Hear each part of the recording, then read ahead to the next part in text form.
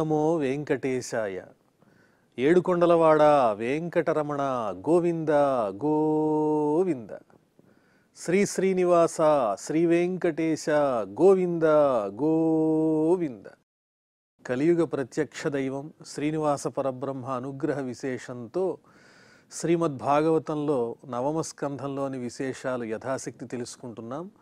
నారాయణం నమస్కృత్య నరం చైవ నరోత్తమం దేవీం సరస్వతీం వ్యాసం తతో జయముదీరయేత్. సుఖయోగీంద్రుల వారు పరీక్షిన్ మహారాజునకు యయాతి చరిత్ర వర్ణించి చెబుతూ ఉన్నారు. తన వృద్ధాప్యాన్ని తన చివరి కుమారుడైనటువంటి పూర్వునకిచ్చి అతని యవ్వనాన్ని యయాతి మహారాజు స్వీకరించాడు. ఆ యవ్వనంతో ఎన్నో సుఖాలు అనుభవించాడు, యజ్ఞయాగాలు చేశాడు. అప్పటికి ఆయనకి కలిగినటువంటి జ్ఞానోదయం ఏమిటంటే, ఈ విశ్వమంతా పరమాత్మయే వ్యాపించి ఉన్నాడు శ్రీ మహావిష్ణువు.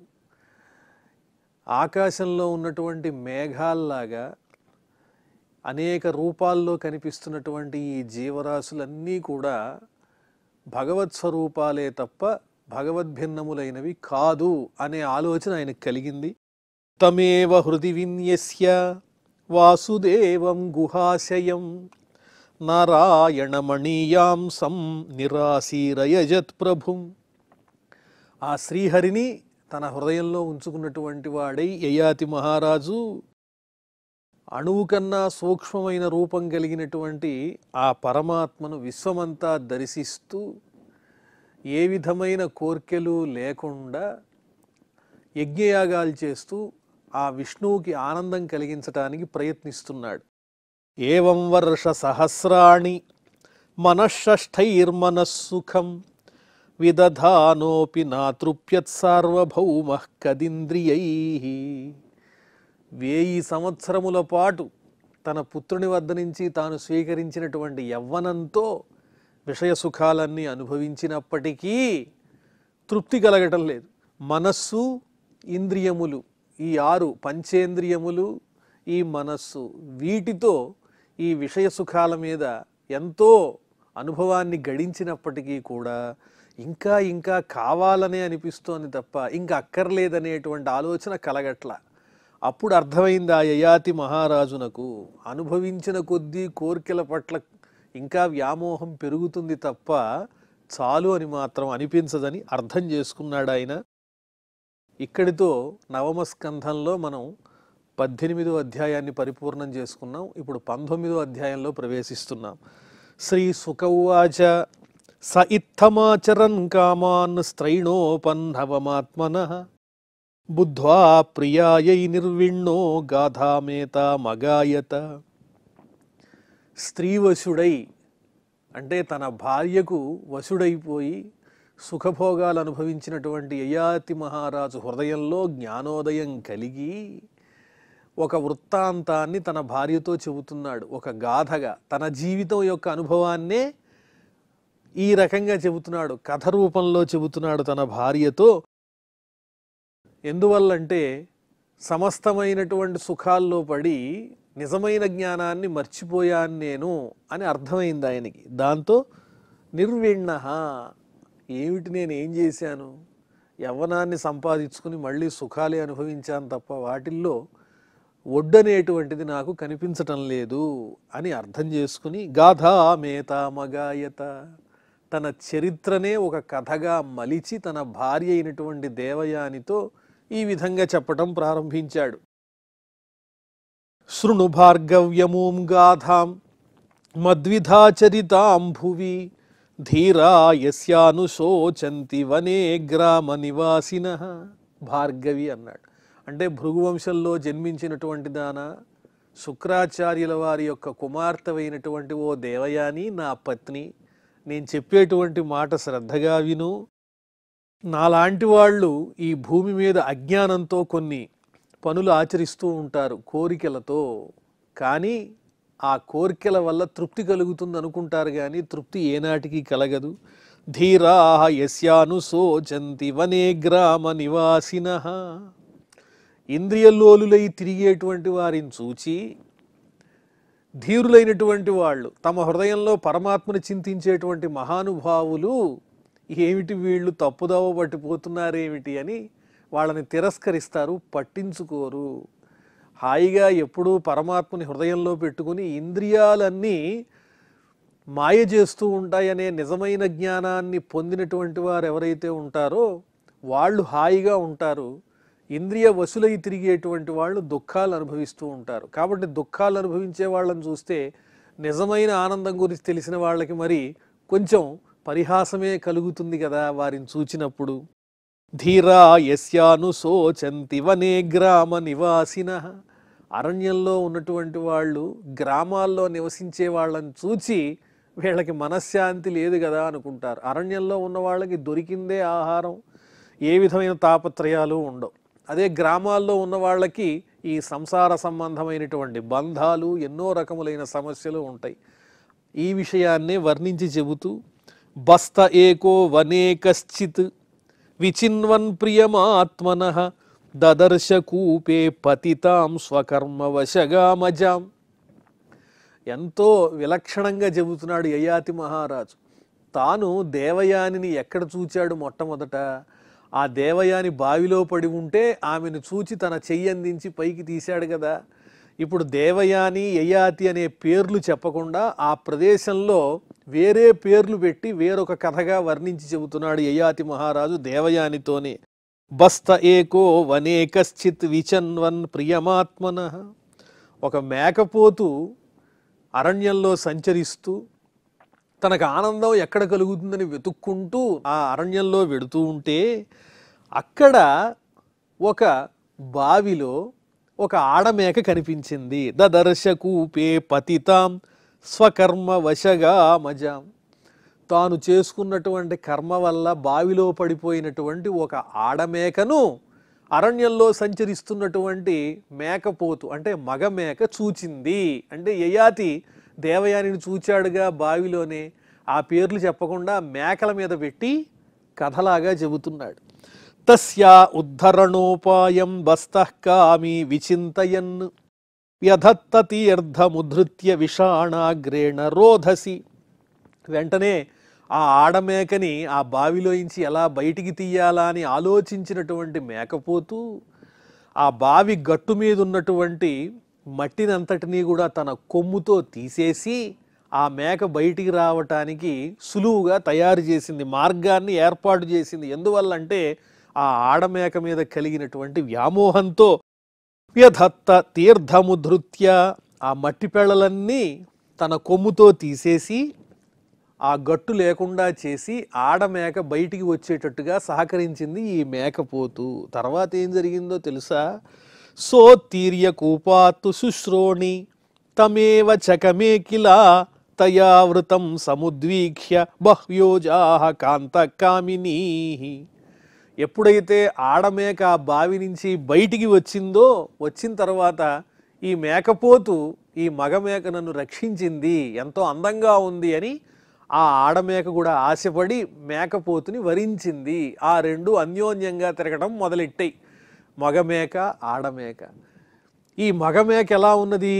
చాలా అందంగా ఉంది, బలిష్టంగా ఉంది, చక్కటి సౌందర్యం ఉన్నది. అందువల్ల అలాంటి మేకపోతుని చూచి ఎన్నో ఆడమేకలు వరించాయి, ఇతడు అందగాడు, ఈ మగమేక చాలా బాగుంది అని ఎన్నో ఆడమేకలు ఆ మగమేకని వరించాయి. అతని వెంటే తిరగడం మొదలెట్టాయి. ఎందువల్ల? పీవానం శ్మశ్రులం ప్రేష్టం మీఢ్వాంసం యాభకోవిదం. చక్కగా ఆ మేకపోతు యొక్క జుట్టు నిగనిగలాడుతూ ఉన్నది, ఎంతో ప్రియంగా కనిపిస్తోంది, చూచే వాళ్ళకి ప్రీతిని కలిగిస్తూ ఉన్నది. ఈ మగమేకతో జత కడితే మన ఆనందానికి అవధులు ఉండవు, చక్కగా సుఖాన్ని అనుభవించవచ్చు అని ప్రతి ఆడమేకకి అనిపిస్తోంది ఈ మేకపోతుని చూచినప్పుడు. స ఏకోజ వృషస్తాసాం బహ్వీనాం రతివర్ధన. ఈ ఒకే ఒక్క మగమేక ఎన్నో ఆడమేకలకు ఆనందాన్ని ఇస్తూ వాటితో సంచరించడం మొదలెట్టింది. తాను బావిలో నుంచి బయటికి తీసినటువంటి ఆడమేకతో పాటుగా ఇంకా కొన్ని ఆడమేకల్ని కూడా ఆనందింపచేయటం మొదలెట్టింది. రేమే కామగ్రహగ్రస్త ఆత్మానం నావబుధ్యత. కామమునకు లోనయ్యి తానేం చేస్తున్నానో తెలియకుండా మిగతా ఆడమేకలకు కూడా ఆనందాన్ని ఇవ్వాలని అన్నిటితో సంచరిస్తూ ఉంటే అప్పుడు ఏం జరిగింది? తమేవ ప్రేష్ఠతమయా రమమాణమజాన్యయ విలోక్య కూప సంవిఘ్న నామృష్యత్ బస్తకర్మ తత్. మరి బావి నుంచి మొట్టమొదట పైకి తీసినటువంటి ఆడమేక ఉన్నది కదా, ఆ మేక ఈ మేకపోతుని వరించింది. ఈ మేకపోతే నా భర్త అనుకుంది. అంత ప్రేమించినప్పుడు ఈ మగమేక తాను రక్షించిన మేకతోనే కాకుండా మిగతా ఆడమేకలతో కూడా సంచరిస్తూ ఉంటే మొట్టమొదటి మేక తట్టుకోలేకపోయింది. అంటే అర్థం ఏమిటంటే, దేవయానే కాకుండా శర్మిష్ఠని కూడా రహస్యంగా ఈయన పరిణయం చేసుకుని ఆమె యందు కూడా సంతానాన్ని పొందాడుగా. అది దేవయానికి ఎంతో కోపాన్ని తెప్పించింది. ఆ వృత్తాంతాన్నే గూఢంగా ఉంచి యయాతి మహారాజు చెబుతున్నాడు దేవయానితో. ఆ మగమేక పట్ల మొట్టమొదట రక్షింపబడినటువంటి ఆడమేకకు చాలా కోపం వచ్చింది. వెంటనే ఏం చేసింది ఆ ఆడమేక? తం దుర్హృదం సుహృద్రూపం కామినం క్షణ సౌహృదం ఇంద్రియారామముత్సృజ్య స్వామినం దుఃఖితాయయౌ. అప్పుడు ఆడమేక అనుకుంది, నన్నేదో రక్షించాడు బావి నుంచి అని ఈ మగమేకపోతుని నేను వరిస్తే నాతోనే కాకుండా ఇంకా చాలా ఆడమేకలతో సంచరిస్తోంది. ఇది నేను భరించలేను. ఈ మేకపోతు స్నేహ రూపంలో ఉంది కానీ దీని ప్రేమంతా కపటమే. తన ప్రేమను నాకే కాకుండా అందరికీ పంచుతోంది. అలాగే కోరికలు ఎక్కువగా ఉన్నాయి దీనికి, కామి. అలాగే దొంగ ప్రేమ నటిస్తూ ఉన్నది, ఇంద్రియాలకి లోనైపోయింది అని చెప్పి బాధపడి ఆ ఆడమేక, మొదట రక్షింపబడినటువంటి ఆడమేక తన స్వామి దగ్గరికి వెళ్ళింది. స్వామి అంటే యజమాని ఎవరైతే ఉన్నారో ఆ యజమాని దగ్గరికి వెళ్ళింది, దుఃఖంతో వెళ్ళింది. ఆ ఆడమేక దుఃఖాన్ని చూచినటువంటి యజమానికి కోపం వచ్చేసింది. సోపిచాను గతస్త్రైణ కృపణస్తాం ప్రసాదితుం కుర్వన్నిడవిడాకారం నాశక్నోత్ పథి సంధితుం. కోపంతో అలిగి వెళ్ళిపోతున్నటువంటి ఆడమేకని బ్రతిమిలాడడానికి ఈ మేకపోతు ఎంతో ప్రయత్నం చేసింది. మే మే అని అరుస్తూ, నువ్వు నన్ను విడిచిపెట్టి వెళ్ళి ఈ విషయం మీ యజమానితో చెప్తే నా పరువు ఏమవుతుంది చెప్పు అని అనేక విధాలుగా బ్రతిమిలాడింది ఈ మగమేక ఆడమేకను. అయినప్పటికీ ఆడమేక మాట వినలేదు. దేవయాని మాట వినకుండా యయాతిని తిరస్కరించి తన తండ్రి అయినటువంటి శుక్రాచార్యుల వారి వద్దకు వెళ్ళింది కదా, అది చెబుతున్నాడు ఇక్కడ యయాతి. తస్యాస్తత్ర ద్విజః కశ్చిత్ అజాస్వామి అచ్చినదృష లంబంతం వృషణం భూయః సందధేర్ధాయ యోగవిత్. ఈ ఆడమేక తన యజమాని దగ్గరికి వెళ్ళి మేకపోతు మీద చాడీలు చెబితే వెంటనే ఆ యజమాని అయినటువంటి బ్రాహ్మణోత్తముడు కోపించి, నీకు సుఖాలు అనుభవించటానికి తగినటువంటి యోగ్యత ఉన్నదనే కదా ఈ రకంగా విర్రవీగుతున్నావు, మిగతా ఆడమేకలతో తిరుగుతున్నావు, నీకు ఆ సుఖం లేకుండా చేస్తాను అని చెప్పి ఆ మగ మేకపోతుకి సుఖం లేకుండా చేసేశాడు. అంటే శుక్రాచార్యుల వారు ఏం చేశారు? నీవు వృద్ధుడు అయిపోదువుగాక అని శపించారు కదా, ఆ విషయాన్ని చెబుతున్నాడు. కానీ ఆ తరువాత మళ్ళీ జాలిపడి ఆ విప్రుడు మేకపోతుకి సుఖాలు అనుభవించేటువంటి యోగ్యతను కూడా కలిగించాడు.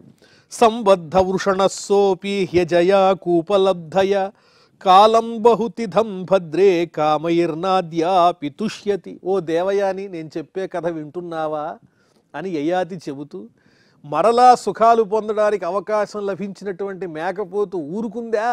ఇంకా ఇంకా సుఖాలు అనుభవిస్తూనే ఉంది. కొన్ని వేల సంవత్సరాలు అనుభవించినా కూడా ఆ మేకపోతుకి సుఖాల పట్ల తృప్తి కలగలేదు. ఎంతకాలమైనా ఈనాటికి తృప్తి కలగటం లేదు. తథాహం కృపణ శుభ్రుభవత్యాః ప్రేమయంత్రితః ఆత్మానం నాభిజానామి మోహితస్తవ మాయయ.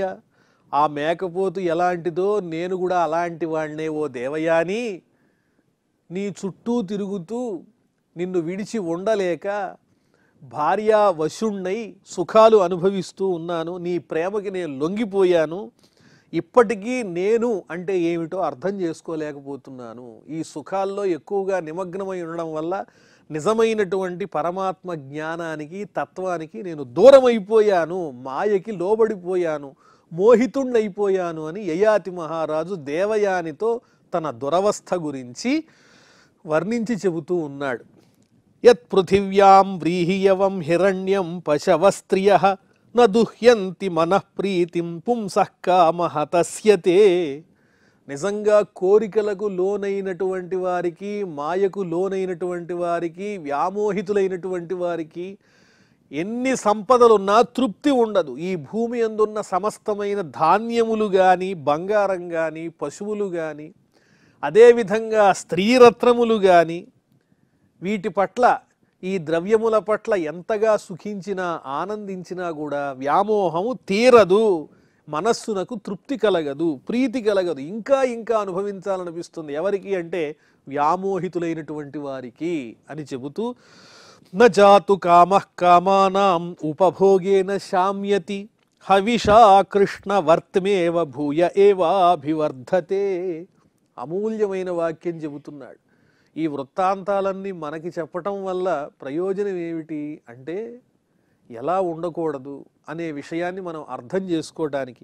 న జాతు కామః కామానాం ఉపభోగేన శామ్యతి. కోరికలు అనేటువంటివి వాటిల్ని అనుభవించటం ద్వారా ఉపశమిస్తాయి అనుకోవటం అనేది పొరపాటే. ఉపభోగేన నశామ్యతి. అనుభవించటం చేత కోరికల పట్ల విరక్తి అనేది కలగదు. ఎలాగా అంటే హవిషా కృష్ణవర్తిమేవ భూయ ఏవాభివర్ధతే. అగ్నిలో ఆద్యం పోస్తూ ఉంటే, నెయ్యి వేస్తూ ఉంటే అగ్ని ప్రజ్వలిల్లుతూనే ఉంటుంది తప్ప ఇక చాలు అని అంటుందా అగ్ని? ఎంత నెయ్యి పోసినా అగ్ని ప్రజ్వలిస్తూనే ఉంటుంది, మళ్ళీ మళ్ళీ నెయ్యి కావాలంటుంది. అలాగే ఈ ఇంద్రియాలకి సంబంధించిన సుఖాలు ఎన్ని అనుభవించినా కూడా ఇంకా వాటి పట్ల మమకారం పెరిగి వృద్ధవుతుంది తప్ప ఇక చాలని అనిపించదన్న జ్ఞానం అనేది యయాతి మహారాజు అనుభవపూర్వకంగా తెలుసుకుని ఆ విషయాన్ని చెబుతూ ఉన్నాడు. యదా న కురుతే భావం సర్వభూతేష్వమంగళం సమదృష్టేస్తదా పుంసః సర్వా సుఖమయా దిశః. చేయవలసినటువంటి భావన ఏమిటి అంటే, అందరినీ పరమాత్మ స్వరూపులుగా తెలుసుకోవాలి, అందరినీ సమంగా చూడాలి. సర్వభూతేష్వమంగళం న కురుతే.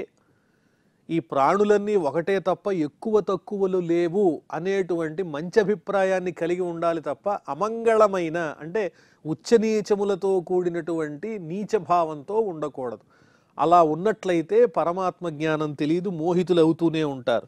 సమదృష్టే స్తదా పుంసః సర్వా సుఖమయా దిశః. సమానమైన దృష్టి కలిగినటువంటి వానికి అంతటా సుఖమే కలుగుతుంది తప్ప దుఃఖం కలగదు. మనం ఎక్కువ వాళ్ళు తక్కువ, లేకపోతే మనమే తక్కువ వాళ్ళు ఎక్కువ, ఇలాంటి భేదభావాలు కలగడం వల్లే కదా దుఃఖం వస్తోంది. ఆ దుఃఖం కలగకుండా శాంతిగా ఉండాలి అంటే ఈ సమస్తమైన జగత్తు ఒకటే, పరమాత్మ స్వరూపమే అనే జ్ఞానం కలిగినట్లయితే ఆ దుఃఖం కలగదు. యా దుస్త్యజా దుర్మతిభిః జీర్యతో యా నజీర్యతే తాం తృష్ణాం దుఃఖ నివహాం శర్మకామో ధృతం త్యజేత్.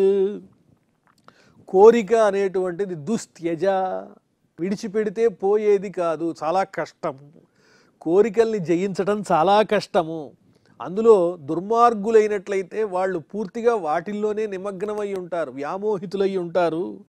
ఎంత వృద్ధాప్యం వచ్చినా శరీరం జీర్ణమైపోతున్నా కోరికల పట్ల ఆలోచనలు మాత్రం అప్పటికీ ఇంకా కొత్తగా పుట్టుకొస్తూనే ఉంటాయి తప్ప, అయ్యో ఈ శరీరం జీర్ణమైపోతోంది కదా ఇంకా కోరికలు ఎందుకు అనే భావన కలగదు. తాం తృష్ణాం దుఃఖ నివహాం శర్మకామో ధృతం త్యజేత్. కాబట్టి ఎవరైతే మనశ్శాంతి కావాలనుకుంటారో, శర్మకామః, మనస్సు శాంతిగా ఉండాలని ఎవరైతే కోరుకుంటారో వాళ్ళు వెంటనే ఏం చేస్తారు అంటే దుఃఖములకు స్థానభూతమైనటువంటి తృష్ణను విడిచిపెడతారు. కోరికయే దుఃఖానికి కారణమని తెలుసుకుని ఆ దుఃఖాన్ని పోగొట్టుకోవటం కోసం కోరికల్ని విడిచిపెడతారు. ఇది బుద్ధిమంతుల లక్షణము అని యయాతి మహారాజు చెప్తున్నారు. మాత్రా స్వస్రా దుహిత్రావ నా వివిక్తాసనో భవేత్ బలవాన్ ఇంద్రియగ్రామో విద్వాంసమపి కర్షతి. స్త్రీకి పురుషుడు ఎప్పుడూ దూరంగానే ఉండాలి. భార్య తప్ప ఇతరులైనటువంటి స్త్రీల పట్ల ఏ విధమైనటువంటి సాన్నిహిత్యాన్ని పెంచుకోకూడదు అని చెబుతూ ఇంకా కొంచెం స్పష్టంగా తెలియటం కోసం చెల్లెలు, తల్లి, కుమార్తె ఎవరైనా సరే వారితో కూడా ఏకాంతమునందు ఉండేటువంటి ప్రయత్నం చేయకూడదు. బలవాన్ ఇంద్రియగ్రామో విద్వాంసమపి కర్షతి. ఇంద్రియముల యొక్క ప్రభావం చాలా గొప్పది. ఎంత పండితుడైనా కూడా ఇంద్రియములకు లోనై తీరతాడు. కాబట్టి చాలా జాగ్రత్తగా ఉండాలి అని తెలియజేస్తున్నారు. పూర్ణం వర్ష సహస్రం మే విషయాన్ సేవతో అసకృత్ తథాపి చానుసవనం తృష్ణ తేషూపజాయతే. ఇప్పటికీ నేను 1000 సంవత్సరములు యవ్వనాన్ని అనుభవించాను, నా కుమారుడి నుంచి పొందినటువంటి యవ్వనాన్ని. అయినప్పటికీ ఎన్ని మారులు ఈ విషయ సుఖాలు అనుభవిస్తున్నప్పటికీ ఆయా కాలాలు సమీపించేటప్పటికీ ఆయా సుఖాలు అనుభవించాలనిపిస్తోంది తప్ప ఇన్ని వేల సంవత్సరాలు సుఖాలు అనుభవించాను కదా, ఇంకెందుకు అని తృప్తి మాత్రం కలగడం లేదు. తృష్ణ తేషు ఉపజాయతే. కొత్తగా ఇంకా విషయముల పట్ల ఆసక్తి, ఆ తృష్ణ పెరుగుతూనే ఉన్నది.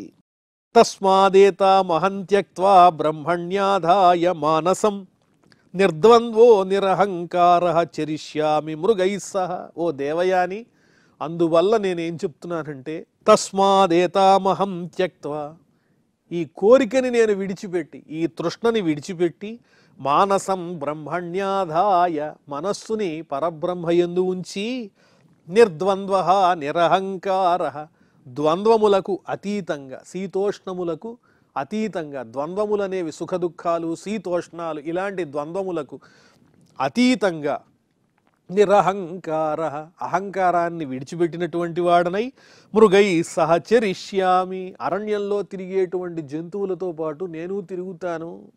అంతే తప్ప కోర్కెల మీద ఉన్నటువంటి వ్యామోహాన్ని విడిచిపెట్టేస్తాను అంటున్నాడు యయాతి మహారాజు.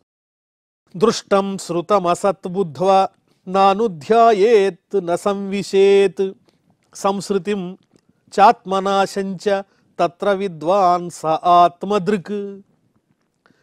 తనలో పరమాత్మ ఉన్నాడు అనే జ్ఞానం పొందినటువంటి వాడు తప్పనిసరిగా పరమాత్మ అనుగ్రహానికి పాత్రుడవుతాడు. ఏదైతే కనిపిస్తూ ఉన్నదో, ఏదైతే వినిపిస్తూ ఉన్నదో ఈ సృష్టిలో, అదంతా కూడా ఒక కళ లాంటిది మాత్రమే అని తెలుసుకోవాలి. నానుధ్యాయేత్ న సంవిశేత్. కాబట్టి కనిపించే వాటి మీద, వినిపించే వాటి మీద, ప్రతి ఒక్కదాని మీద శ్రద్ధని పెంచుకోకూడదు. నానుధ్యాయేత్, చింతించకూడదు, భోగించకూడదు. ఈ విధంగా మనస్సుని పరమాత్మ యందే లగ్నం చెయ్యాలి. సంస్కృతిం చ ఆత్మనాశంచ. ఇక సంసారం అంటే ఏమిటంటే మనం ఏమిటి అన్న విషయాన్ని తెలుసుకోకుండా చేసేటువంటి ఒక మాయ. పరమాత్మ జ్ఞానాన్ని పొందటానికి అడ్డుపడే వాటిల్లో ఈ సంసార సాగరం అనేది కూడా ప్రధానమైనటువంటిదే. అందువల్ల విద్వాన్, పండితుడైనటువంటి వాడు, ఆత్మజ్ఞానం కలిగినటువంటి వాడు వాటిలో పడి కొట్టుకోడు, వాటిల్లో పడి మాయకి లోనై ఆ పరమాత్మని విడిచిపెట్టడు పండితుడైన వాడు. ఎవరైతే ఆ సంసార కూపంలో పడి వ్యామోహితులవుతారో వాళ్ళు పరమాత్మని గురించి తెలుసుకోలేరు. ఇత్యుక్త్వా నాహుషో జాయాం తదీయం పూరవే వయః దత్వా స్వాం జరసం తస్మాత్ ఆదదే విగత స్పృహ. ఈ విధంగా దేవయానితో నహుషపుత్రుడైనటువంటి ఈ యయాతి ఈ చరిత్రనంతా చెప్పి, ఏ కుమారుని దగ్గరైతే తాను యవ్వనాన్ని స్వీకరించాడో తిరిగి మళ్ళీ ఆ కుమారునకు, పూరునకు తీసుకున్న యవ్వనాన్ని తిరిగిచ్చేసి తన వృద్ధాప్యాన్ని మళ్ళీ స్వీకరించినటువంటి వాడై కోర్కెలన్నిటినీ విడిచిపెట్టాడు యయాతి మహారాజు. అదేవిధంగా దిశి దక్షిణ పూర్వస్యాం దృహ్యం దక్షిణతో యదుం ప్రతీత్యాం తుర్వసుంచక్రే ఉదీత్యా మనుమీశ్వరం. అలాగే తాను తన కుమారులందరికీ రాజ్యభాగాలందరికీ పంచుతూ ఉన్నాడు. ఆయన 5 పుత్రులకి కూడా దక్షిణ దిక్కుకు పూర్వ దిక్కుకు మధ్యలో ఉన్నటువంటి భాగాన్ని దృహ్యుడనే కుమారునికి ఇచ్చాడు. అలాగే దక్షిణ దిక్కునేమో యదు అనేటువంటి పుత్రునికి ఇచ్చాడు. పడమర దిక్కునేమో తుర్వసుడనే పేరు కలిగిన వానికి ఇచ్చాడు. ఇంకా ఉత్తర దిక్కునేమో అనువు అనే పేరు కలిగిన కుమారునికి ఇచ్చి, భూమండలస్య సర్వస్య పూర్వం అర్హత్తమం విశాం. వీళ్ళందరినీ కూడా పర్యవేక్షిస్తూ సమస్త భూమండలాన్ని ఏకఛత్రాధిపత్యంగా పరిపాలించే అధికారాన్ని మాత్రం పూరుడనే కుమారుడు చివరి కుమారునికి ఇచ్చాడు. ఎందువల్లంటే త్యాగం చేసి తన యవ్వనాన్ని కూడా తండ్రికి సమర్పించిన వాడు కాబట్టి అని ఆ పూరుని యొక్క గొప్పతనాన్ని కూడా తెలియజేస్తున్నారు. ఈ విషయాలన్నీ మళ్ళీ మనం తెలుసుకుందాం. ప్రస్తుతం క్షమా ప్రార్థనాదులతో ఈ కార్యక్రమాన్ని పరిసమాప్తం చేసుకుందాం. అథ క్షమా ప్రార్థన. యదక్షరపదభ్రష్టం మాత్రాహీనంచ యద్భవేత్ తత్సర్వం క్షమ్యతాం దేవ నారాయణ నమోస్తుతే. శ్రియఃకాంతాయ కళ్యాణ నిధయే నిధయేర్థినాం శ్రీవేంకట నివాసాయ శ్రీనివాసాయ మంగళం.